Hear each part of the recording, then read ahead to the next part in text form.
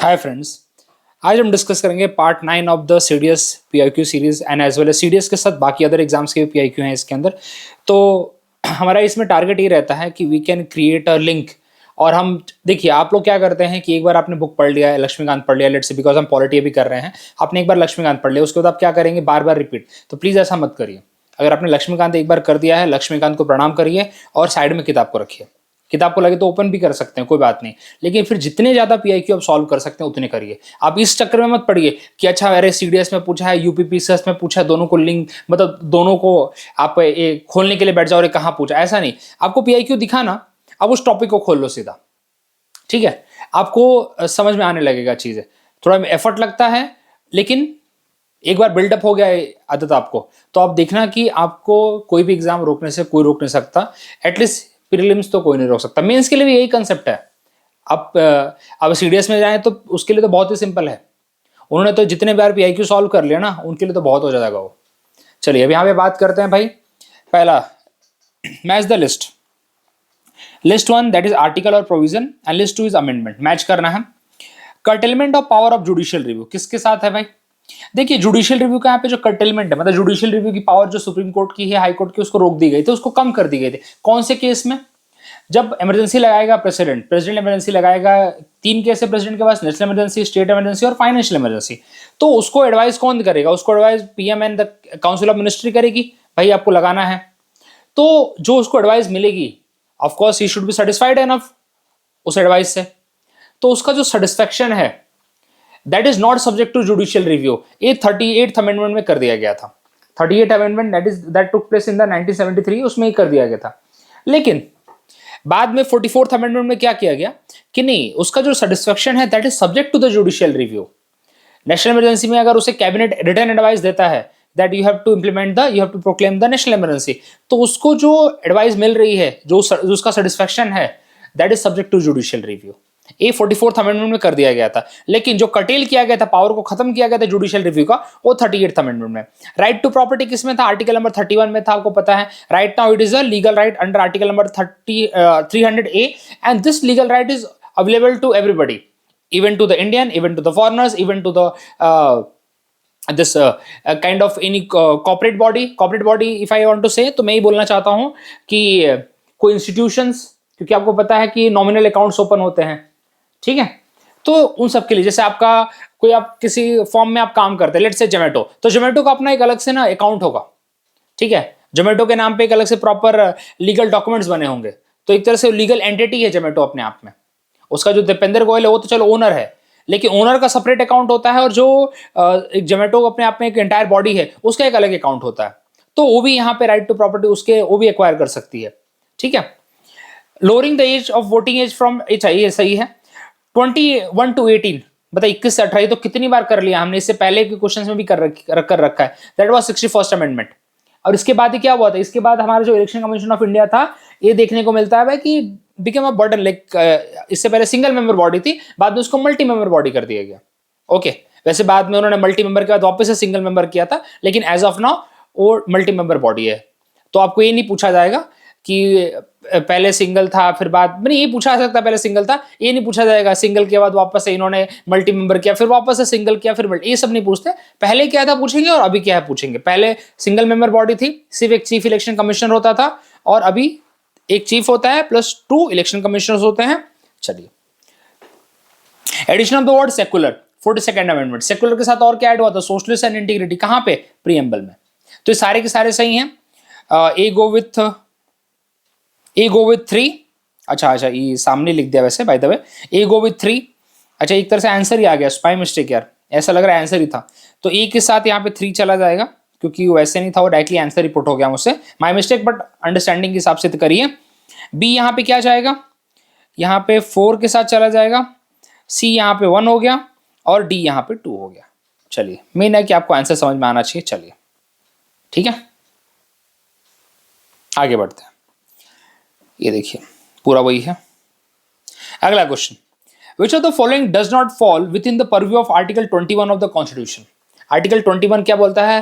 Right to life and liberty की बात करता है। ओके, अब बात करते हैं यहाँ पे मेडिकल एड। ऑफ कोर्स दिया जाता है by the doctor. Sexual harassment of the women at the work place, बिल्कुल ये वाला जो केस है विशाखा केस, विशाखा गाइडलाइन जिसके अंदर सुप्रीम कोर्ट ने जारी किया था, ये काफी इंपॉर्टेंट है, पूछा जाता है, आर्टिकल 21 के अंदर कवर है वो। Pollution of quality of water, बिल्कुल।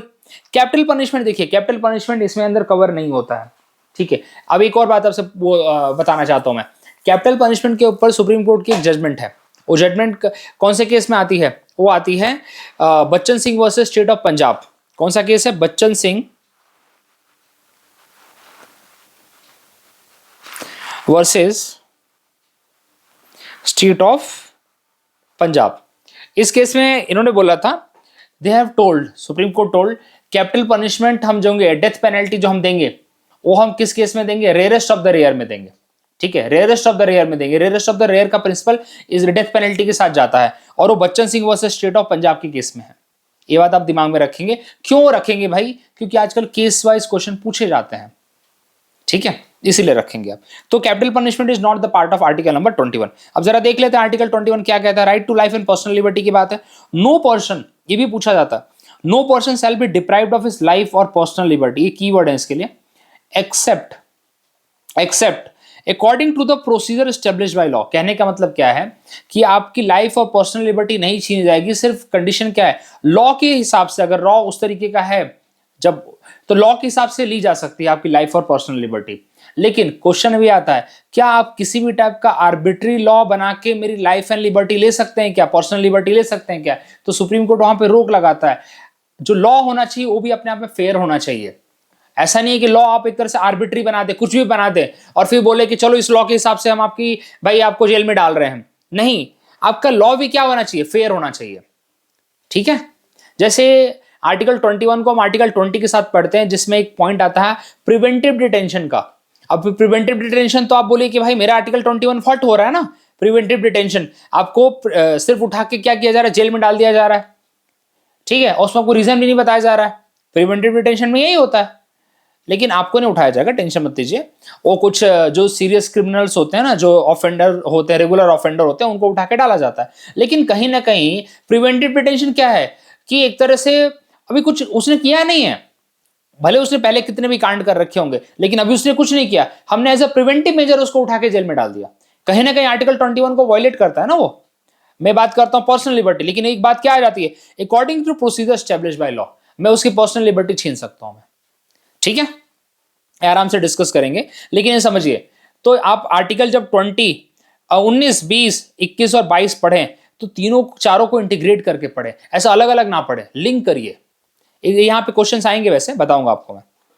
तो देखिए, तो इसलिए यहां पे आपका लॉ उस तरीके का होना चाहिए। प्रिवेंटिव डिटेंशन के ऊपर सुप्रीम कोर्ट भी कुछ नहीं बोलता, उसके लिए सर्टेन प्रोविजन है कि आप 3 महीने से ज्यादा किसी को प्रिवेंटिव डिटेंशन में नहीं रख सकते हैं, ठीक है। आगे उसके बाद एक एडवाइजरी, एक कमेटी बैठेगी जो रिकमेंड करेगी कि भाई 3 महीने के बाद एक्सटेंड करना है कि नहीं करना है। इसके लिए प्रिवेंटिव डिटेंशन का आपको एग्जांपल बता देना चाहता हूं मैं। अगर आपने सावरकर जी की मूवी देखी है, रणदीप हुड्डा ने की थी, तो उसके अंदर क्या था कि after the India got independence and all, तो उसके बाद पाकिस्तान के किसी प्रीमियर की विजिट थी इंडिया में, तो नेहरू जी के ऑर्डर से जो भी बोला गया, उनके घर में पुलिस वाला आता है और बोलता है भाई कि इनको आपको जेल में चलना है, क्योंकि it was a preventive detention.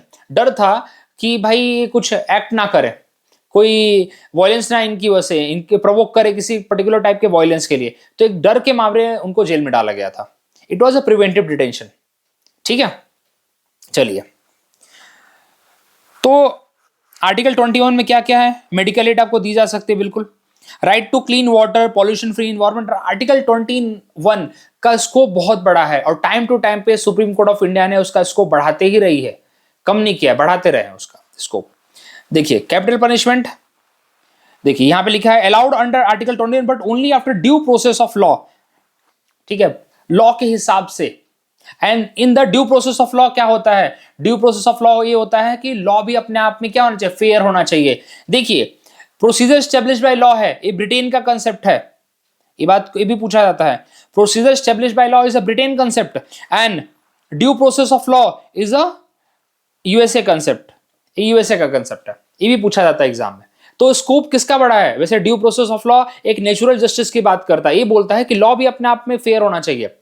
और प्रोसीजर एस्टेब्लिश्ड बाय लॉ मतलब क्या है कि लॉ में जो लिखा है उस हिसाब से हम आपकी लिबर्टी छीन सकते हैं, कहने की बात यह है, चलिए आगे बढ़ते हैं।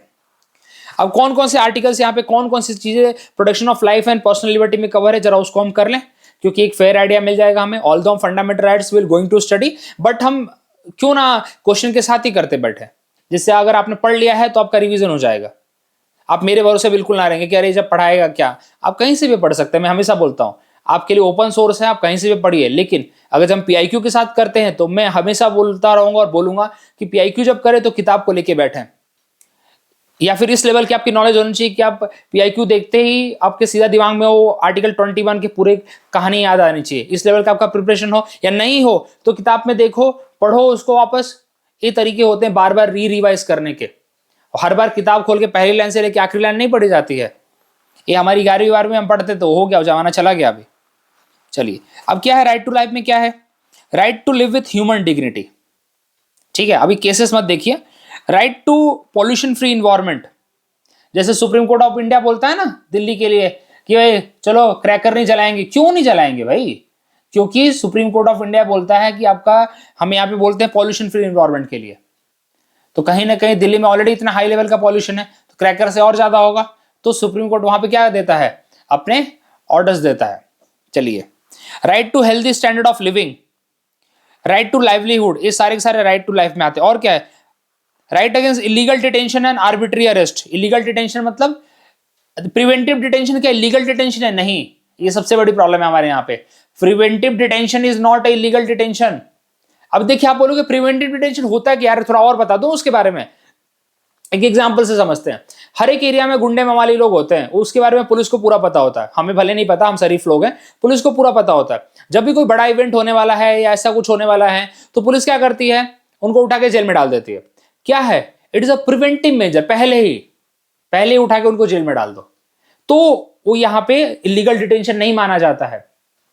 ठीक है, right to fair trial and due process. ये मेनका गांधी केस काफी इंपॉर्टेंट है, क्योंकि उनका पासपोर्ट जब्त कर लिया था, उनको बाहर जाने से मना किया था, उन्होंने केस किया। तो यहां पे एक और आता है, right to travel abroad, article 21 के अंदर आता है। और कौन से केस में, Maneka Gandhi versus union of India case 1978, right to travel abroad. आपको लगेगा right to travel abroad article 19 में आता है। नहीं, आर्टिकल 19 के साथ हम पढ़ते हैं ना, फ्रीडम ऑफ मूवमेंट के साथ हम बिल्कुल वो आता है, कोइंसाइड करता है। लेकिन right to travel abroad article 21 में है। लेकिन हम आर्टिकल 21 और आर्टिकल 19 को साथ में पढ़ सकते हैं, क्योंकि आर्टिकल 19 में क्या लिखा है, फ्रीडम ऑफ मूवमेंट। तो फ्रीडम ऑफ मूवमेंट के अंदर हम बोल सकते हैं।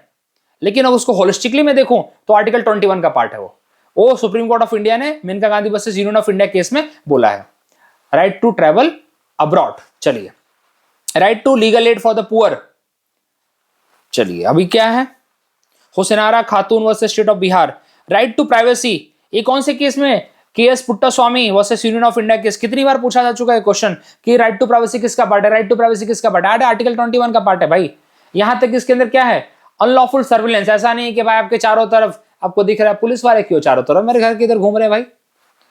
ठीक है, और डाटा पायरेसी। चलिए, right to clean environment, that is clean air and water, industrial pollution. देखिए, इसलिए Supreme Court of India instruction देता है कि जितनी भी फैक्ट्रीज होनी चाहिए वो सिटी के बाहर होनी चाहिए, सिटी के अंदर नहीं होनी चाहिए। रीजन है ना कोई। Right to educate housing in a part of living with dignity. चलिए, right to education indirectly article 21 में कवर हो जाता है। Right to die with dignity, that is passive euthanasia. हमारे यहाँ पे पैसिव यूथनेशिया लीगल है, लेकिन एक्टिव यूथनेशिया नहीं। एक्टिव यूथनेशिया क्या होता है, आओ तुमको इंजेक्शन घुपो देते हैं। हमारे पे पैसिव यूथनेशिया। पैसिव यूथनेशिया में, यूथनेशिया का मतलब क्या होता है, यूथनेशिया का मतलब होता है आराम से मरना, यही होता है। तो उसमें क्या करेंगे, आराम से मरना, आराम से बिल्कुल नहीं मरते, बट उसको पैसिव यूथनेशिया में क्या होगा कि जो भी आपको सर्वाइविंग, लाइफ सर्वाइविंग के लिए जो आपको केयर दी जा रही थी या जो भी इक्विपमेंट सपोर्ट था, उसको धीरे धीरे वापस ले लिया जाएगा। ठीक है, जैसे आपको ऑक्सीजन सिलेंडर लगाया जा रहा है तो उसको हटा लिया जाएगा। ठीक है, जिससे आप आराम से मर सके। ये हमारे यहाँ पे। और जो फॉरेन कंट्री है जैसे कि नॉर्वे ले लीजिए, जो काफी मेच्योर डेमोक्रेसीज है अपने आप में, तो वहां पे एक्टिव यूथनेशिया लीगल है। वहां पे तो लोग आते हैं कि, एक तो मैंने केस सुना था, पढ़ा भी था, देखा भी था, टीवी पे होता टेलीकास्ट हुआ था, कि नेशनल ज्योग्राफी पे देखा था मैंने, कि उसका बेटी बहू नहीं थे, तो लेडी आई और बोली कि अब मैं खुद जीना नहीं चाहती हूँ, क्योंकि अब मेरे बेटे बहू मुझे पूछते नहीं है, तो मैं मरना चाहती हूँ अभी। It was active euthanasia. मरना चाहती हूँ मैं। हमारे यहाँ पे लीगल नहीं है भाई, हमारे यहाँ पे passive euthanasia that too with terms and condition legal है, टर्म्स एंड कंडीशन। ठीक है, चलिए अगला question. Given below two statement, one is limited assertion and reason. The state can treat unequal differently. Unequal differently मतलब जो लोग थोड़े कमजोर हैं, ठीक है, उनके साथ एक डिफरेंट बर्ताव होना चाहिए। मतलब डिफरेंट बर्ताव क्या, उनको सप्रेस किया जाना चाहिए? नहीं, उनको एलिवेट किया जाना चाहिए, उनको ऊपर ला जाना चाहिए। जैसे कि एसटी को रिजर्वेशन दे दिया, वीमेन को सपोर्ट की बात की जाती है, बैकवर्ड के लिए कुछ रिजर्वेशन दे दिया आपने, क्या किया जा रहा है? उनको ऊपर लाया जा रहा है। तो बिल्कुल उनके साथ अनइक्वल डिफरेंटली मतलब उनके साथ एक डिफरेंट अप्रोच होना चाहिए आपका, with objective of creating a level playing field. जैसे आर्टिकल 15 में 16 में दिया जाता है, in the social economic and political sphere. बिल्कुल हम SC ST के लिए सीट रिजर्व करते हैं, यहाँ तक कि SC ST सीट रिजर्व है ना, आप देखते हैं ना कुछ सीट रिजर्व होती हैं लोकसभा में, देन फॉर द राज्यसभा में, एंड देन लेजिस्लेटिव असेंबली में, लेजिस्लेटिव काउंसिल में, पंचायत में होती है ना। वीमेन के लिए पंचायत में 1/3 सीट रिजर्व है, लोकल बॉडीज में। क्यों है? बिकॉज हम उनको उठाना चाहते हैं, उनको अपलिफ्ट करना चाहते हैं। अमॉन्ग इक्वल्स जब हम बात करते हैं, अब जो बराबर हैं, law should B equal and equally administered. बिल्कुल आर्टिकल 14 यही बोलता है, इक्वालिटी बिफोर लॉ, यही बोलता है यहाँ पे। तो दोनों सही है यहाँ पे, क्या है? दोनों सही है यहाँ पे। लेकिन किसी तरह से है क्या, किस तरह से एक्सप्लेन कर रहा है क्या? नहीं, एक्सप्लेन नहीं कर रहा। दोनों सही है अपने आप में, कोई प्रॉब्लम नहीं है, लेकिन it is not explaining each other. तो बोथ आर करेक्ट। यहाँ पे तो है, ये भी हटाइए, क्या है यहाँ पे? Both are correct, but sorry, R is a correct explanation. How it's a correct explanation यार? चलिए ज़्यादा पढ़ते हैं, how it's a correct explanation. जरा मैं यहीं भी देख लो, among equal and law should be. अच्छा चलिए पढ़ते हैं जरा क्या है। In Indian constitution allow state to treat unequal differently, जो आपको बताया मैंने, जिसके थ्रू हमने क्या किया, article number 15(4), article number 15(5), article number 16 clause 4, जिसके अंदर SC ST OBC women and economically weaker section को हमने क्या दिया है, उनको डिस्क्रिमिनेशन से बचाने के लिए हमने रिजर्वेशन दे रखा है, जिससे हम उनको अपलिफ्ट कर सके। ठीक है, and Supreme Court has appealed affirmative actions policies to correct historical injustice. Of course इनको बहुत लंबे टाइम से दबाया गया है, and ensure social justice. Indira Sawhney case, क्योंकि इंदिरा साहनी ने जो OBC का जो 27% का कोटा था उसको चैलेंज किया था इन्होंने, तो उसके केस के बाद इन्होंने जजमेंट दिया था सुप्रीम कोर्ट ऑफ इंडिया ने। देखिए अब principle of equality before law क्या बोलता है, equal must be treated equally, which means law should apply equally to those in the same situation. So basic rule of law की policy है, और ये रूल ऑफ लॉ हमारा basic feature भी है, वैसे बता दूं आपको मैं। सो यहाँ पे क्यों भाई, क्यों एक्सप्लेन कर रहा है ये मेरे को भी अभी क्लियर थोड़ा कर देता हूं मैं। Equality among equals while also allowing the state to make special provision for disadvantage. Of course सी बात है। चलिए, this means treating unequal differently is not a violation of equality. Okay okay, that is the reason.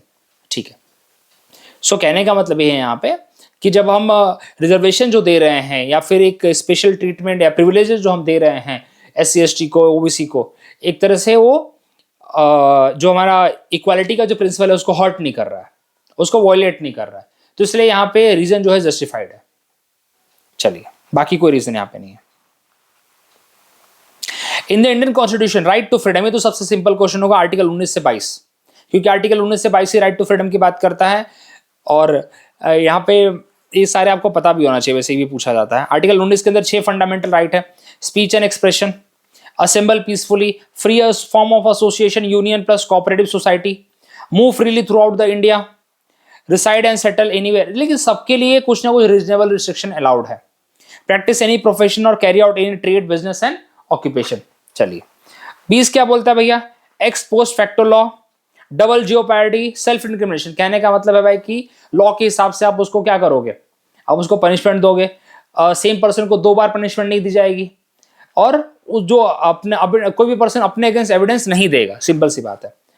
मतलब कहने का मतलब कि police की कस्टडी में उसने अगर जबरदस्ती उसे बुलवा लिया गया तो मान्यता नहीं दी जाएगी उसको। और सिंपल सी बात है, कोई भी पर्सन अपने अगेंस्ट नहीं दे सकता एविडेंस। ठीक है, चलिए, आर्टिकल 21 ऑलरेडी हमने देख लिया, और आर्टिकल 22 यहाँ पे protection against arbitrary arrest and detention, इसकी बात यहाँ पे की जा रही है। ठीक है, protection from preventive detention law क्या क्या किया जाएगा। अच्छा, मैंने आर्टिकल 20 बोला था कि आर्टिकल 22 है, माय मिस्टेक, आर्टिकल 22 है वो। ठीक है, क्योंकि ये थोड़ा सा कंफ्यूजिंग हो जाता है, दिमाग से कभी कभी स्किप हो जाता है। तो आर्टिकल 22 के अंदर आता है preventive detention law, not in the article 20। I am rectifying my mistake, ठीक है। यही होता है, अब मैं जब फ्लो में रहते हैं तो दिमाग से चीजें निकल जाती है, फिर भी अब यहाँ पे बात करते हैं भाई, the state shall provide free and compulsory education to all children of age group 6 to 14 year. Already हमने पढ़ा है, ये आर्टिकल 21A में भी लिखा हुआ है, right to education. In democratic society the right to education is indispensable, मतलब इंडिस्पेंसिबल मतलब integral part in the interpretation of the right to development as a human right. बिल्कुल सही बात है। कहने का मतलब क्या है कि भाई डेमोक्रेटिक सोसाइटी में, इन अ डेमोक्रेटिक सोसाइटी, एजुकेशन बहुत इंपॉर्टेंट पार्ट है भाई। अगर किसी पर्सन का डेवलपमेंट हमें करना है और उसको अपने विचार अपने बनाने हैं या ह्यूमन राइट, उससे अगर आपको पता है आपके दुनिया भर के राइट्स हैं, लेकिन आपको यही नहीं पता कि उसे कैसे प्राप्त करना है, उसको कैसे अटेन करना है, तो कोई मतलब नहीं है फिर उस, तो उसके लिए क्या चाहिए, एजुकेशन बहुत एक की प्रिंसिपल है। So that's why both are correct and R is also the correct explanation of the assertion. तो यहाँ पे ये जाएगा ई, ठीक है। चलिए, इसमें ज्यादा कुछ नहीं है, पढ़ लीजिएगा आप एक बार। अगला question, doctor Ambedkar had describe article 32 as the very soul of it. इसको उन्होंने हार्ट एंड सोल बोला है। Article 32 provide effective remedy against the violation of fundamental right, तभी तो बोला है उन्होंने। तो दोनों सही हैं, और साथ ही साथ यहाँ पे जो एक्सप्लेनेशन है that is the reason is the correct explanation of the assertion, क्योंकि राइट टू रेमेडीज है इसके अंदर। जो भी अगर आपका फंडामेंटल राइट हर्ट करेगा, इसके थ्रू आप writ jurisdiction, under the writ jurisdiction of the supreme court आप जाके अप्लाई कर सकते हो वहां पे, ठीक है। गेट खटखटा सकते हो आप सुप्रीम कोर्ट का आर्टिकल 32 के अंडर। तो दैट्स वाई, और only for the fundamental right, ये बात दिमाग में रखनी है। और हाई कोर्ट के लिए क्या है, हाई कोर्ट यहाँ पे लीगल राइट्स के हर्ट अगर हुए हैं उस केस में भी रिट जुरिस्डिक्शन हाई कोर्ट के पास है अंडर आर्टिकल नंबर 226, और रिट तो है ही उनके पास। तो इसलिए हम बोलते हैं the writ jurisdiction of the high court is bigger than the supreme court. चलिए अगला क्वेश्चन, इसको पढ़िएगा। अभी आर्टिकल का मैच करना है यहाँ पे, नॉट करेक्टली मैच। कौन सा नॉट करेक्टली मैच है? Prohibition of traffic in human being and force labour, हाँ ये तो सही, आर्टिकल 21 में आता है, सॉरी 23 में आता है। आर्टिकल 24 में आता है चाइल्ड लेबर के लिए। Protection of interest of minorities, article 29। Right to constitutional remedies, ठीक है। Right of minority to establish administered institution, ये आर्टिकल नंबर 30 में आएगा, आर्टिकल 31 में नहीं आएगा आर्टिकल, क्योंकि आर्टिकल 31 में क्या है, आर्टिकल 31 में है राइट टू प्रॉपर्टी जो था पहले, अब नहीं है। तो protection of interest of minorities, ठीक है। वैसे तो आपको आर्टिकल 29 बोलूं ना मैं, आर्टिकल 29 सिर्फ माइनॉरिटीज की बात नहीं करता है, आर्टिकल 29 यहाँ पे बात करता है सबके लिए। Article 29 is for the majority and as well as for the minority both. तो वैसे तो ये वाला गलत हो जाएगा, और यहाँ पे इसलिए मैं रुक गया क्योंकि यहाँ पे मेजोरिटी प्लस माइनॉरिटी दोनों है अगर उसको ढंग से पढ़ा जाए। लेकिन अब स्टेट पीसेस का पेपर है, कुछ नहीं कर सकते हम लोग, इस तरह के क्वेश्चन आते हैं। बट यहाँ पे क्लियर दिख रहा है कि आर्टिकल 31 है, यहाँ पे रॉन्ग है, तो ज्यादा सोचना नहीं है अपने को। ये आर्टिकल 30 में है, ये हमने कल भी डिस्कस किया था, ऐसा नहीं कि कल डिस्कस नहीं हुआ था, कल डिस्कस हुआ था वैसे। चलिए आगे बढ़ते हैं।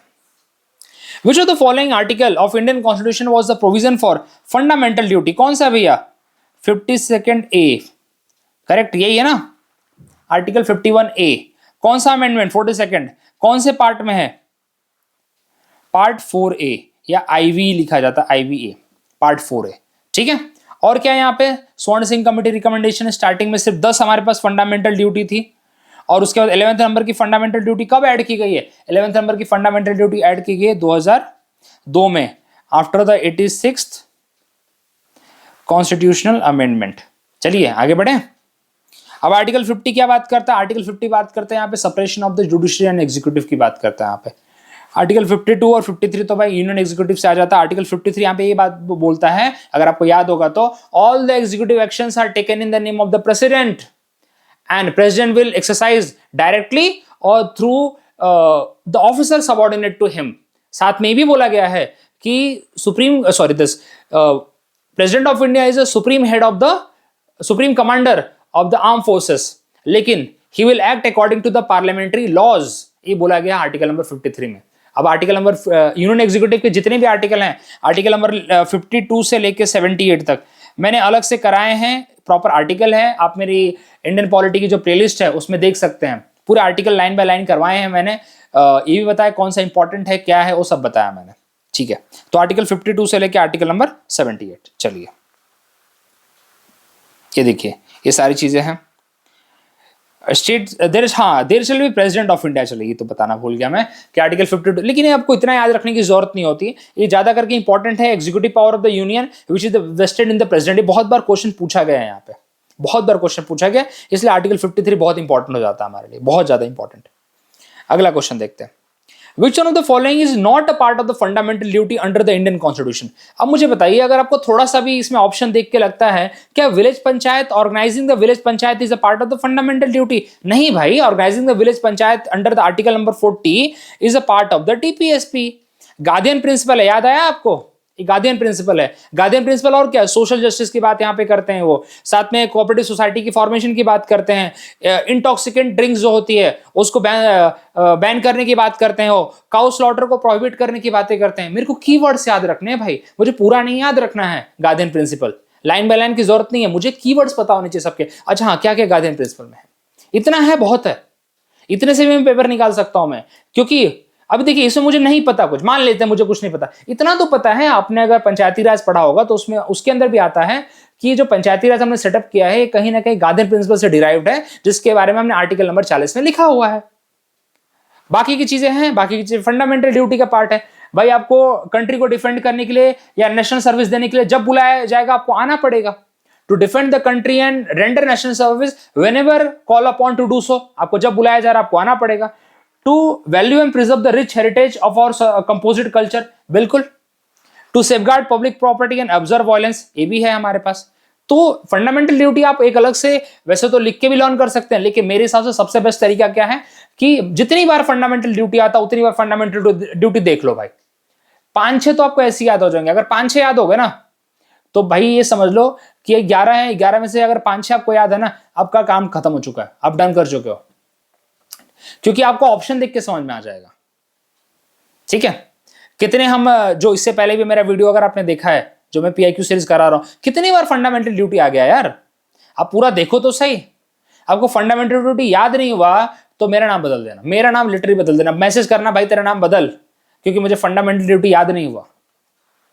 ठीक है, कमेंट कर देना, मैं कुछ नाम सोच लूंगा, कोई बड़ी बात नहीं, कोई फर्क नहीं पड़ता मुझे। चलिए, ये तो ऑलरेडी हमने पढ़ लिया है, ये ऑलरेडी है। To defend the country and render national service, article 51A। To value and preserve the rich heritage of our composite culture and to safeguard public property and observe violence. चलिए, article 368, article 368 कौन से part में आता है? It is in the part 20 of the constitution. इसके अंदर 2 type के amendment होते हैं। कौन से 2 टाइप के अमेंडमेंट है भैया? पहला हमारा इसके अंदर है with the special majority, and second है यहाँ पे special majority plus half of the state का रेटिफिकेशन की बात यहाँ पे की जाती है इस तरीके के। Okay, the parliament is supreme legislative body elected by the people of India. हाँ बिल्कुल सही है, और they can do the amendment. और एक और बात, क्या एनी पार्ट कर सकता है? हाँ, पार्लियामेंट को पावर दी गई है, they can amend any part. लेकिन अब देखिए इन्होंने क्या बोला है यहाँ पे, एक कंडीशन आ जाती है यहाँ पे, एक कंडीशन है यहाँ पे, but they can't touch the basic feature या बेसिक स्ट्रक्चर जो आपका है उसको ये हाथ नहीं लगा सकते। तो कहने का मतलब है, देखिए इस तरह तो बिल्कुल लाइन सही है, बस यहाँ पे एक कंडीशन जोड़ने की जरूरत थी, अदरवाइज लाइन पूरी सही है। तो मैं इसको लाइन सही मानता हूं। और क्यों पार्लियामेंट भाई अमेंड कर सकते? Because parliament is a supreme legislative body, parliament को ही पावर दी गई है to amend the constitution, state legislature को नहीं दी गई है। So that's why both the statements are correct and reason is a correct explanation of the A, that is assertion. चलिए आगे बढ़ते हैं, सॉरी। चलिए, द वर्ड हिंदू, अभी देखिए इस लेवल के अगर आपको क्वेश्चन आ जाए ना भाई, बहुत डिफिकल्ट हो जाता है। अब इन्होंने पूछा कि आर्टिकल 25 में हिंदू रिलीजन के अंदर कौन कौन से रिलीजन को ऐड किया गया है? बुद्धिस्ट है, जैन है, सिख है, पारसी नहीं है। आपको पारसी नहीं है, ये बहुत स्ट्रेट फॉरवर्ड, आपको पता है तो पता है, नहीं पता है तो नहीं पता। अब इस लेवल के अगर स्टेट देखिए, अब इस लेवल का आप देखेंगे ना, आपको इस लेवल के क्वेश्चन यूपीएससी में नहीं मिलेंगे, लेकिन आपको जिस दिन यूपीएससी देना चालू कर दे उस दिन तो रोने लगेंगे आप। उससे बेटर है कि पहले से इन सब चीजों के लिए प्रिपेयर रहो, हम बारीकियों से पढ़ें। और स्टेट पीसीएस में एक अच्छी बात होती है कि बारीकियों को बहुत ध्यान देते हैं वो लोग, इस लेवल के क्वेश्चन भी पूछते हैं वो लोग। ठीक है, तो ये भी एक अच्छी बात है। तो पारसीज आर नॉट कवर्ड। उसके अंदर हम सिख के लिए स्पेशल कंसेशन देते हैं, जो 5 जो उनके ट्रेडिशनल प्रिंसिपल हैं, जैसे उन्हें हम ना क्या रखने के लिए बोलते हो, चाकू क्या बोलते हैं वो यार, एक तो कंघा, केश, कड़ा, कृपान, या कृपान, दे कैन कीप द कृपान, उनके लिए स्पेशल वो रखा है कि वो उसको रख सकते हैं। ठीक है, बिकॉज उनके रिलीजन का इंटीग्रल पार्ट है वो। 5 के होते हैं ना, आपको पता है ना, ये हमने हिस्ट्री में भी पढ़ा है, जो गुरु गोविंद सिंह जी ने इनको दिया था। चलिए, तो Hindu shall be constructed to include Buddhist, Jain and Sikh for the purposes of personal law. यहाँ पे मुस्लिम को ऐड नहीं किया गया, ठीक है। ये फ्रीडम ऑफ रिलीजन को गारंटी करता है, लेकिन फ्रीडम ऑफ रिलीजन किसका? इंडिविजुअल का, इंडिविजुअल की, मतलब एज ए इंडिविजुअल मेरी मर्जी है कि मैं कौन से धर्म को अपनाना चाहता हूं, कौन सी क्या आस्था रखना चाहता हूं, किसमें आस्था रखना चाहता हूं या नहीं रखना चाहता हूं, ये मेरी पूरी अपनी मर्जी है, ठीक है। लेकिन यहाँ पे कुछ subject to the reasonable restriction भी है, वो हम आराम से कभी डिस्कस करेंगे, वो एग्जाम में आ जाएगा तो भी कर लेंगे, क्योंकि पीआईक्यू कर रहे हैं तो कहीं ना कहीं वो कवर होगा, चिंता मत करिए आप। चलिए देखिए, रेफरेंस टू हिंदू, ये सीधा बेयर एक्ट से लिया हुआ है। Reference to Hindu shall be construct as included as reference to person professing the Sikh, Jain और बुद्धिस्ट रिलीजन। मतलब हिंदू को हमने सब इसमें ऐड कर दिया भाई, Parsis are not added here. चलिए, in which of the following article of Indian Constitution doctrine of due process of law included? बताइए भैया, ड्यू प्रोसेस लॉ कहाँ का कंसेप्ट है? यूएसए का कंसेप्ट है। ड्यू प्रोसेस ऑफ लॉ का मतलब ये होता है कि लॉ के हिसाब से जो हमारा लेजिस्लेचर वो काम तो कर सकता है, एक्शंस ले सकता है, लेकिन लॉ भी अपने आप में सही होना चाहिए, लॉ अपने आप में फेयर होना चाहिए। मेरे कहने का मतलब ये है, लॉ अपने आप में गलत हो गया क्योंकि तो फिर ड्यू प्रोसेस ऑफ लॉ नहीं हो जाएगा, फिर उसके लिए फिर सुप्रीम कोर्ट इंटरफेयर करेगा एंड एवरीथिंग। इसलिए उन्होंने मेनका गांधी के केस में ये प्रिंसिपल फॉलो किया था, ड्यू प्रोसेस ऑफ लॉ, ठीक है। मतलब लॉ अपने आप में फेयर चाहिए, कहने का मतलब ये है पार्लियामेंट किसी भी तरीके का लॉ बना के लोगों पे इंपोज नहीं कर सकती है, ये मतलब होता है इसका। तो ये यूएसए का कंसेप्ट है और इसको बोलते हैं पॉजिटिव कंसेप्ट। पॉजिटिव कंसेप्ट क्यों बोलते हैं? कहीं ना कहीं ये हमारे पार्लियामेंटेरियन पे रोक लगाता है कि you can't make any arbitrary law. Arbitrary मतलब अपनी मर्जी से कुछ भी लॉ नहीं बना सकते आप। लॉ अपने आप में भी जस्टिफाइड होना चाहिए, लॉ अपने आप में क्या होना चाहिए? जस्टिफाइड होना चाहिए। तो आर्टिकल 21 में कवर है, right to life and personal liberty. वैसे तो बहुत लोग बोलेंगे भाई वहां पे ड्यू प्रोसेस ऑफ, वहां पे प्रोसीजर स्टेब्लिश बाय लॉ लिखा है। हाँ लिखा है, लेकिन सुप्रीम कोर्ट के इंटरप्रिटेशन जब टाइम टू टाइम पे आते रहते हैं वो भी हमें पढ़ने की जरूरत है, ठीक है। तो doctrine of due process of law, यहाँ पे Menaka Gandhi versus state of Menaka Gandhi versus union of India का जो केस है उसके अंदर इन्होंने इसको यूज किया है। और ये कंसेप्ट कहां का? यूएसए का कंसेप्ट है। चलिए अगला क्वेश्चन यहाँ पे, चलिए तो आप पढ़िएगा इसको आराम से। द प्रेसिडेंट ऑफ इंडिया में डिक्लेयर नेशनल इमरजेंसी। क्या ग्राउंड है भैया नेशनल इमरजेंसी के लिए? पहले लिख लेते हैं एक्सटर्नल एग्रेशन, दूसरा क्या है? वॉर, तीसरा क्या है? Armed rebellion. कौन सा रेबेलियन? Armed rebellion. अब आप बोलोगे इंटरनल डिस्टर्बेंस नहीं है क्या? इंटरनल डिस्टर्बेंस पहले था, लेकिन 44th अमेंडमेंट के बाद the internal disturbance replaced by the armed rebellion. तो आज के लिए एक्सटर्नल एग्रेशन है, आर्म्ड रेबेलियन है। और कौन से आर्टिकल में कवर है नेशनल इमरजेंसी? 352 में कवर है। कौन सा पार्ट? Part number 20। तो कम्युनल क्लैशेस नहीं भाई, कम्युनल क्लैशेस नहीं है। लेकिन ये सोच के देखिए, पहले था इंटरनल डिस्टर्बेंस, तो अगर कम्युनल क्लैशेस होते विद इन द इंडिया तो ऑफकोर्स सी बात है उसको ऐड करके घुसेड़ के इमरजेंसी लगा देते। तो इसलिए बोला आर्म्ड रेबेलियन चाहिए यहाँ पे, ठीक है। तो यहाँ पे आंसर 1 एंड आंसर 3। ये आपको पता होना चाहिए कि internal disturbance was change to armed rebellion by 44th constitutional amendment act. आगे बढ़ते हैं। तो 1 एंड 3 कहां है? डी। अब इसको पढ़िएगा आप आराम से, काफी चीजें समझा दी आपको, ठीक है। अंडर आर्टिकल 356, ये तो यार पूरा फैक्चुअल क्वेश्चन, पूरा का पूरा फैक्चुअल क्वेश्चन है, इसमें बिल्कुल दिमाग लगाने वाली बात ही नहीं है। President rule was imposed for the first time, कब हुआ था? PEPSU, Patiala and east Punjab state union, ये हुआ था 1951 में। पता है तो पता है, नहीं पता तो नहीं पता। वैसे इस टाइप के क्वेश्चंस काफी कम आते हैं, बस एक इंफॉर्मेशन के लिए पता होना चाहिए कि पहली बार स्टेट इमरजेंसी अंडर आर्टिकल 356 कहां लगी थी, और कुछ इसमें समझाने लायक नहीं है। बस ये पता होना चाहिए कि भाई स्टेट इमरजेंसी लगाने के लिए कौन पार्लियामेंट के लिए क्या क्या कंडीशन है। तो पहली कंडीशन आर्टिकल 356 में लिखी गई है कि अगर स्टेट गवर्नमेंट कॉन्स्टिट्यूशन के हिसाब से काम नहीं करती है। और आर्टिकल 365 क्या बोलता है कि अगर सेंट्रल गवर्नमेंट के उन्होंने ऑर्डर्स को या जो भी ऑर्डर्स है वो फॉलो नहीं किए हैं, उस तरीके से वो काम नहीं कर रही है, तो दोनों किस में लगाए जा सकते हैं। और गवर्नर किसको भेजता है? रिपोर्ट भेजता है टू द प्रेसिडेंट, और प्रेसिडेंट अगर उस रिपोर्ट से सेटिस्फाइड है then they proclaim the this emergency.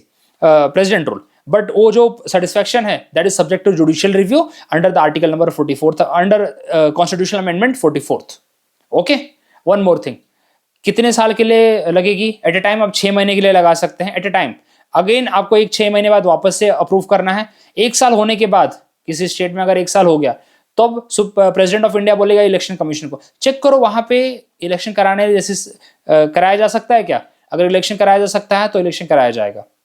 या फिर अगर क्या पूरी कंट्री में नेशनल इमरजेंसी लगी है तो अगर ये दोनों केस अगर सेटिस्फाई हो जाते हैं, जैसे इलेक्शन नहीं कराया जा सकता और नेशनल इमरजेंसी लगी, दोनों में से कोई भी एक है, तो उसको एक्सटेंड किया जाएगा। अदरवाइज वहां पे वहां की जो स्टेट की कॉन्स्टिट्यूशनल मशीनरी है, मतलब वहां का इलेक्शन, वहां का council of state and everything, वो सबको रिस्टोर किया जाएगा। चलिए, इसको मैंने प्रॉपर स्टेट इमरजेंसी में कवर किया है। इसको जरा आप देखिए, एक बहुत इंपॉर्टेंट केस आता है SR बोमई केस 1994, बहुत इंपॉर्टेंट केस है, सेपरेट वीडियो है मेरा, उसको देखिए, वॉच करिए, आपको बहुत सारी चीजें क्लियर हो जाएंगी अगर कोई डाउट रहा तो। चलिए आगे बढ़ते हैं। विच of the following is correct? The Nehru report 1928, आपको पता है नेहरू रिपोर्ट? देखिए, एक तो ईगो पे ले लिया था, वैसे बताऊं आपको मैं, जो लॉर्ड बिरकेनहेड थे, बिरकेनहेड जो सेक्रेटरी ऑफ स्टेट थे, उन्होंने बोला, साइमन कमीशन जब आया था ना, तो साइमन कमीशन का प्रोटेस्ट किया हम लोगों ने, भाई उसमें कोई भी इंडियन नहीं है। तो Birkenhead who was that time the secretary of state, उसने बोला कि इंडियंस को इसलिए नहीं रखा क्योंकि इंडियंस को हम काबिल नहीं मानते हैं, इंडियंस की उस लेवल की वो नहीं है, औकात नहीं है कि अपने लिए कॉन्स्टिट्यूशन बना सके हो। क्योंकि आपको बता दो, साइमन कमीशन इंडिया में हमारे लिए ही आया था, ठीक है, गवर्नमेंट ऑफ इंडिया एक्ट 1919 को चेक करने के लिए आया था कैसे वर्क कर रहा है वो, और फर्दर सजेशंस देने के लिए वो इंडिया में उसने स्टडी किया पूरा। तो कहने का मतलब ये है कि उसमें इंडियंस को नहीं ऐड किया भाई उन्होंने, तो उसी के लिए फिर भाई हमारे जो भाई उस टाइम पे जितने ऑल पार्टी कॉन्फ्रेंस बुलाई गई, वैसे कैसे बोल दिया उसने। तो उन्होंने चैलेंज किया था इंडियंस को कि आप अपने लिए कॉन्स्टिट्यूशन फ्रेम करके बता दीजिए। तो उसमें नेहरू जी के नेतृत्व में और 7 मेंबर्स थे from the all party conference उसके बाद, और उन्होंने रिपोर्ट तैयार की, उसको बोलते हैं नेहरू रिपोर्ट। ठीक है। Has advocated the inclusion of fundamental right in the constitution of India? हाँ बिल्कुल। गवर्नमेंट ऑफ इंडिया एक्ट, ये तो चलिए कोई मतलब ही नहीं है यार, मतलब बाकी तो छोड़ दो, कोई पढ़ने की बात नहीं, मेन ये चीज सिंपल सी बात है। यहां तक कि इसके अंदर उन्होंने यूनिवर्सल एडल्ट सफरेज की भी बात की थी, इन्होंने इसके अंदर सेपरेट इलेक्टेड की कोई बात नहीं की थी, आपको बता दूं मैं। ठीक है, चलिए इसको हिस्ट्री में कवर करेंगे, यहाँ पे ज्यादा इसके ऊपर टाइम वेस्ट नहीं करेंगे, मैं बिल्कुल नहीं चाहता हूँ यहाँ पे टाइम वेस्ट करना, इसके ऊपर हिस्ट्री का पार्ट है, हिस्ट्री में इसको देखते हैं। चलिए, बहुत अच्छा क्वेश्चन है, बहुत अच्छा क्वेश्चन है, मतलब लिटरली आपके दिमाग के तार हिला देगा, आपको सोचने में मजबूर कर देगा कि आपको पढ़ाई किस लेवल पे करनी है। Which of the following article of Indian constitution guarantee equality of opportunity to all citizen of India in matter related to public employment? हमको पता है आर्टिकल 16 के अंदर है, लेकिन अब ये बोल रहे हैं 16 में कौन सा? 16(1), 16(2), 16(3), 16(4), 16(5), कौन सा? ये बताओ। अभी ये बोला है ऑल सिटीजन की बात कर रहा है, मतलब यहाँ पर रिजर्वेशन की बात नहीं की गई, सबके लिए बात बोली गई है पहले। तो आर्टिकल 16(1) और 2 में लिखा गया है, बाकी 3, 4, 5 जो है हमारे अमेंडमेंट के बाद ऐड किए गए हैं, क्योंकि उसके अंदर हमने CST के लिए, विमेन के लिए हमने स्पेशल प्रोविजन बना रखे हैं। तो ये स्पेशल प्रोविजन वाले हैं, ये दोनों सब ऑल सिटीजन के लिए दिए जाते हैं, ऑल सिटीजन के लिए हैं 16(1) और 16(2). अब पढ़ लेते जरा क्या है 16(1) क्या बोलता है? Ensure equal opportunity for all citizen in a matter related to employment और appointment under the state, equal opportunity for all citizen 16(1). और डिस्क्रिमिनेशन यहां पे नहीं किया जाएगा in the public employment on the ground of religion, race, caste, sex, descent और place of birth. एक बार एक और चीज आपको बता दूं मैं, आर्टिकल 15 और 16 में एक छोटे से ग्राउंड का अंतर है। आर्टिकल 15 को पढ़ेंगे ना तो उसमें डिसेंट वाला आपको ग्राउंड नहीं मिलेगा, बाकी सारा मिलेगा, और सॉरी, और रेसिडेंस भी नहीं मिलेगा। आर्टिकल 15 में religion, race, caste, sex and place of birth 5 है। आर्टिकल ये पूछा गया है यार, बता रहा हूं मैं। आर्टिकल 15 में कितने ग्राउंड है? 5 ग्राउंड है। आर्टिकल 16 में कितने ग्राउंड है? 7 ग्राउंड है। इस लेवल के क्वेश्चन पूछे जाते हैं। देखिए, religion, race, caste, sex and place of birth, ये तो आर्टिकल 15 में भी है 5 ग्राउंड। आर्टिकल 16 में ऐसे 2 एक्स्ट्रा क्या है? डिसेंट, डिसेंट मतलब आपका भाई वसी है, मतलब आपका लेगेसी कहां से आती है, आपका परदादा दादा कौन थे, क्या है, उस बेसिस पे। और प्लेस ऑफ रेसिडेंस, आप कहां रहते हैं, उस बेसिस पे भाई कोई डिस्क्रिमिनेशन नहीं किया जाएगा। चलिए, तो ये आपको अलग से लिखना पड़ेगा। क्यों बोल रहा हूं यार, एग्जाम में आता है, इतनी बारीकियों से स्टडी करना पड़ता है। अब आप देख ही रहे ना, 16(1), 2 को नहीं पूछ रहे, 1, 2 को पूछ रहे हैं, 3, 4, 5 नहीं पूछ रहे। इस लेवल के जब क्वेश्चन आएंगे तो थोड़ा सा आपको थॉरो प्रिपरेशन चाहिए ना। देखिए आर्टिकल 15 तो भाई जनरल पब्लिक प्लेस के डिस्क्रिमिनेशन को रोकता है, और आर्टिकल 16 एम्प्लॉयमेंट में डिस्क्रिमिनेशन को रोकता है। 3 क्या बोलता है? रेसिडेंस बेस्ड रिजर्वेशन की बात करता है for the public employment in certain state but does not guarantee equality of opportunity. ठीक है। आर्टिकल 16 4 और 5 क्या बोलते हैं? Reservation for the backward class and religious institution but they are exception rather than the guarantee to the equality. ठीक है, certain exception यहाँ पे दे रखे हैं। तो देखिए ये सब क्या है, एक रिजर्वेशन की बातें ऐड कर देते हैं। ऑल सिटीजन की बात 16 1 और 2 में की गई है। चलिए ये इसलिए बोलते हैं बेयर एक्ट पढ़ना बहुत जरूरी है। आप लक्ष्मीकांत पढ़ते हैं बहुत अच्छी बात है, लेकिन आप साथ में बेयर एक्ट को खोल के रखिए। कॉन्स्टिट्यूशन का जो लाइन बाय लाइन जो आर्टिकल्स आते हैं ना वो पढ़ना बहुत जरूरी है। आप किसी भी टॉपर्स को पूछ लीजिए, यार आपको लगेगा मैं मजाक कर रहा हूँ, आप किसी टॉपर को पूछिए। नहीं तो आपको इस लेवल पे पीआईक्यू आना चाहिए, इस लेवल पे आपका प्रिपरेशन होना चाहिए कि आप उससे भी काम चला लें। तो दोनों में से कोई भी एक है तो चल जाएगा काम, लेकिन पढ़िए, मैं तो रिक्वेस्ट करूंगा पढ़िए। Which of the following is incorrect? Fundamental duties are part of fundamental right. लगता है आपको? नहीं, फंडामेंटल ड्यूटीज आर्टिकल 51A में आते हैं। Fundamental duties are not the part of fundamental right. हाँ भाई इनकरेक्ट बोला था ना रे। हाँ तो यही तो है, इनकरेक्ट ही तो है। अच्छा इनकरेक्ट पूछा था। हाँ पहला वाला इनकरेक्ट है, पहला वाला इनकरेक्ट है। दूसरा वाला fundamental duties are not a part of, हाँ बिल्कुल नहीं है। फंडामेंटल ड्यूटीज पार्ट 4A में है और आर्टिकल 51A में, ये तीनों की तीनों सही है, ये वाला गलत है। वही पूछा था, इनकरेक्ट पूछा था। चलिए ये कभी कभी मैं भी ध्यान नहीं देता हूँ, भूल जाता हूँ। चलो समझाने में, ये समझाने में होता है। जब मैं अटेम्प्ट खुद एग्जाम देता हूँ तो पूरे कान सब खुले रहते हैं, मेरे नाक भी खुली रहती है।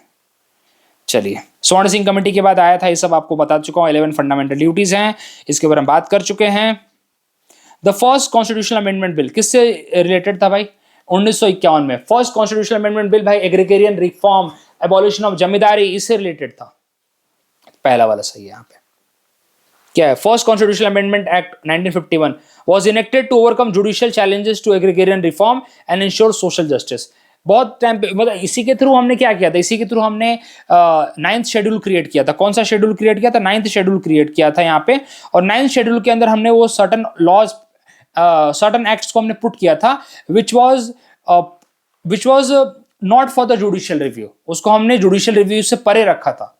ठीक है, तो ये भी एग्जाम में पूछा हुआ है कि कौन से शेड्यूल, कौन से एक्ट के बाद ऐसा शेड्यूल क्रिएट किया गया और उसके अंदर ऐसे एक्ट पुट किए गए which was not for the judicial interpretation.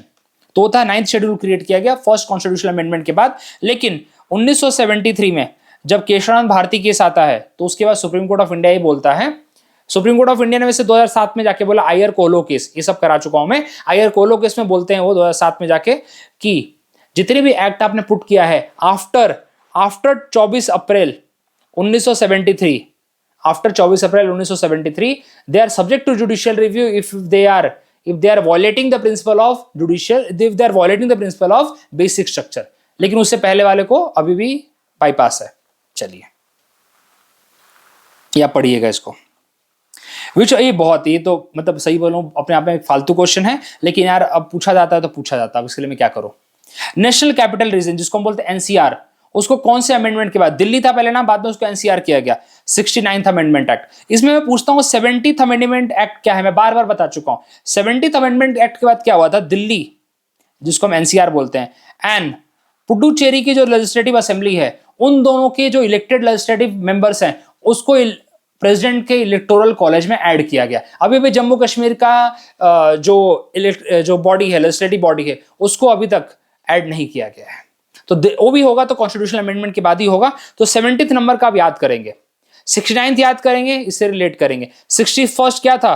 61st आपको बता दूं मैं, जिसके अंदर हमने 21 साल से 18 साल एज की है वोटिंग एज। 71st क्या है? हमने 3 लैंग्वेजेस को ऐड किया है किसके अंदर? 8th शेड्यूल के अंदर। कौन से? नेपाली, कोकनी और मैथिली नहीं है यार, देखो एक लैंग्वेज हमेशा भूल जा रहा हूं मैं। और एक और 21st अमेंडमेंट है, उसके थ्रू हमने सिंधी को ऐड किया है। कौन सा ऐड किया है? सिंधी। 92nd अमेंडमेंट के थ्रू हमने कौन सा 4 लैंग्वेज ऐड किया है? मैथिली, बोडो, संथाली। ठीक है, देखो अगेन एक स्किप कर रहा हूं मैं दिमाग से। मैथिली, डोंगरी,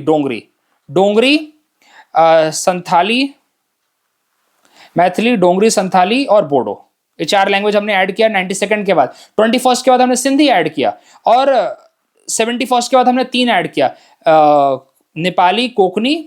देखो यार अभी क्या बोलूं मैं, और 79th अमेंडमेंट के बाद हमने क्या किया था, जो SC/ST का रिजर्वेशन है उसको 10 साल बढ़ाया था। हर बार हम 10 साल बढ़ा देते हैं ऐसे। इस बार जो 104th अमेंडमेंट हुआ है ना, जिसने 2020 तक था, 2020 के बाद अब 2030 तक रिजर्वेशन रहेगा हमारा, रिजर्वेशन को बढ़ाया है। और 104th अमेंडमेंट में एक और चीज हुई है, क्या हुई है, जो एंग्लो इंडियंस कम्युनिटी का रिप्रेजेंटेशन था उसको कैंसिल कर दिया गया, ये भी पता होना चाहिए आपको। चलिए, अच्छा ये कौन सी 3 लैंग्वेजेस थी, नेपाली, कोंकणी, एक देखते हैं कौन सी है। चलिए, नेपाली, कोंकणी, चलिए यार छोड़ो भी, सर दर्द कौन करे इसमें।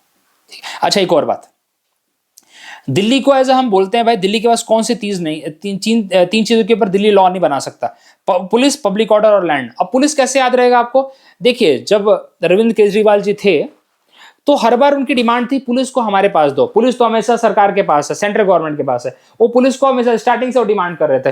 तो और लैंड रिफॉर्म और पब्लिक ऑर्डर, ये 3 चीज सेंटर के पास है दिल्ली की, बाकी दिल्ली के पास सारे स्टेट सब्जेक्ट है। चलिए आगे बढ़ते हैं। हाँ क्या था, कोंकणी, नेपाली, मणिपुरी, यार मैं बार बार मणिपुरी दिमाग से निकल जाता है मेरे, मणिपुरी। तो टोटल अब इस टाइम पे 22 लैंग्वेजेस है 8 शेड्यूल में, और 3 बार हमने उसके अंदर अमेंडमेंट किया है। जब मेरा शेड्यूल का वीडियो देखेंगे, अब शेड्यूल का मैंने अलग से वीडियो बनाया, उसमें भी आपको मिल जाएगा, ठीक है। चलिए, which of the following is not included in the fundamental right to equality. Right to equality में क्या है, इक्वालिटी बिफोर लॉ है ना 14 में। सोशल इक्वालिटी ये भी है, सोशल इक्वालिटी की हम बात करते हैं 15 के अंदर। सोशल इक्वालिटी मतलब आप पब्लिक प्लेस पे डिस्क्रिमिनेशन नहीं करेंगे on the basis of the race, caste, place of birth, sex और क्या है, रिलीजन। और इक्वल अपॉर्चुनिटी आर्टिकल 16 1 एंड 2 में दिया है ना। इकोनॉमिक इक्वालिटी की बात नहीं की गई है हमारे यहाँ पे, इकोनॉमिक इक्वालिटी की बात नहीं की गई है इन द फंडामेंटल राइट। लेकिन इकोनॉमिक इक्वालिटी की बात की जाती है, इकोनॉमिक जस्टिस की बात की जाती है प्रीएम्बल के अंदर और आर्टिकल नंबर 38 के अंदर। आर्टिकल नंबर 38 में 3 टाइप की जस्टिस की बात की गई है। चलिए, तो यहाँ पे D is the right answer. Economic equality is the concept of DPSP and, preamble में दिया हुआ है, वैसे डीपीएसपी में दिया इकोनॉमिक जस्टिस आर्टिकल 38, वैसे 38 में भी दिया, 39 में भी दिया, वैसे बहुत सारे उसके अंदर टाइप्स हैं वैसे। चलिए, which of the following rights cannot be suspended or restricted even during the national emergency? Article number 21 और article number 20। Right to reside and settle in any part of country ये 19 है। Right to life and liberty ये 21 है। Right to move freely throughout the territory of India ये भी 19 का part है। Right to carry of profession ये भी 19 का पार्ट है। तो आर्टिकल नंबर 21 आप बिल्कुल सस्पेंड नहीं कर सकते हैं, आर्टिकल नंबर 20 आप सस्पेंड नहीं कर सकते हैं, ठीक है। और आपको बता दूं मैं, आर्टिकल नंबर, देखिए कभी भी जब हमारे यहाँ पे नेशनल इमरजेंसी लगती है, नेशनल इमरजेंसी के 3 ग्राउंड है, लेकिन आपको 2 ग्राउंड बहुत दिमाग में रखने हैं। पहला है वॉर और दूसरा है एक्सटर्नल एग्रेशन। अगर इन दोनों के ग्राउंड पे नेशनल इमरजेंसी लग रही है, तब जाके आर्टिकल जो हमारे अलग जो फंडामेंटल राइट्स है सारे के सारे, वो हमारे सस्पेंड होंगे। अदरवाइज अगर आर्म्ड रेबेलियन के बेसिस पे लग रही है तो भी सस्पेंड नहीं होंगे।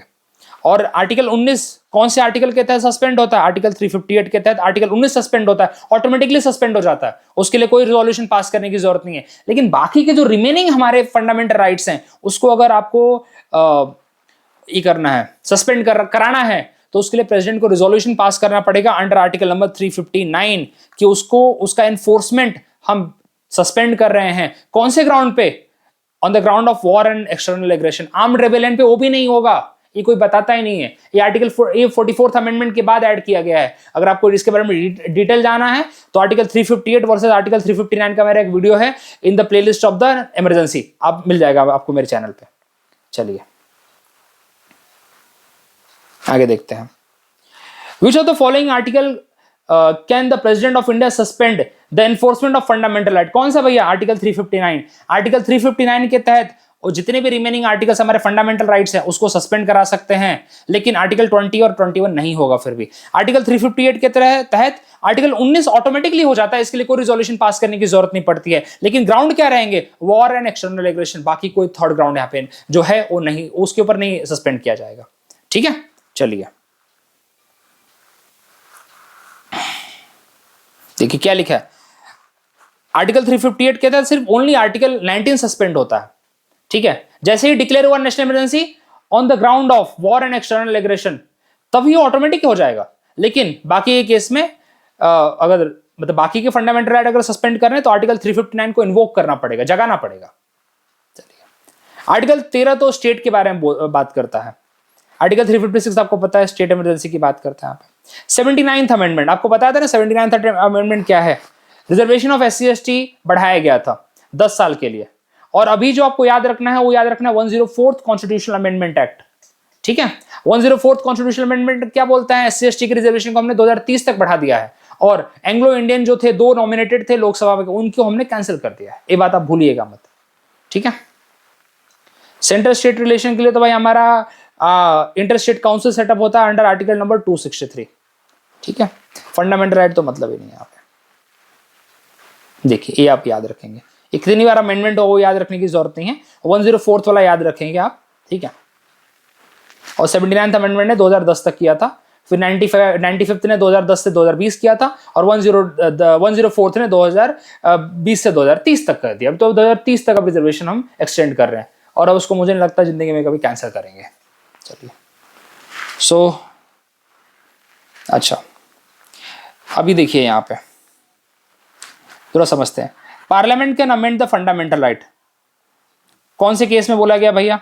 अच्छा पहले जो अपने को आता है वो कर लेते हैं। फंडामेंटल ड्यूटी कब ऐड हुई थी? 42nd अमेंडमेंट के बाद, correct. Swaran Singh committee. Doctrine of basic structure, Kesavananda Bharati case, ये तो पता ही है। Prohibition of trafficking in human beings, ये हमारा आर्टिकल 23D। और फंडामेंटल किधर गया अपना, क्या बचा भाई?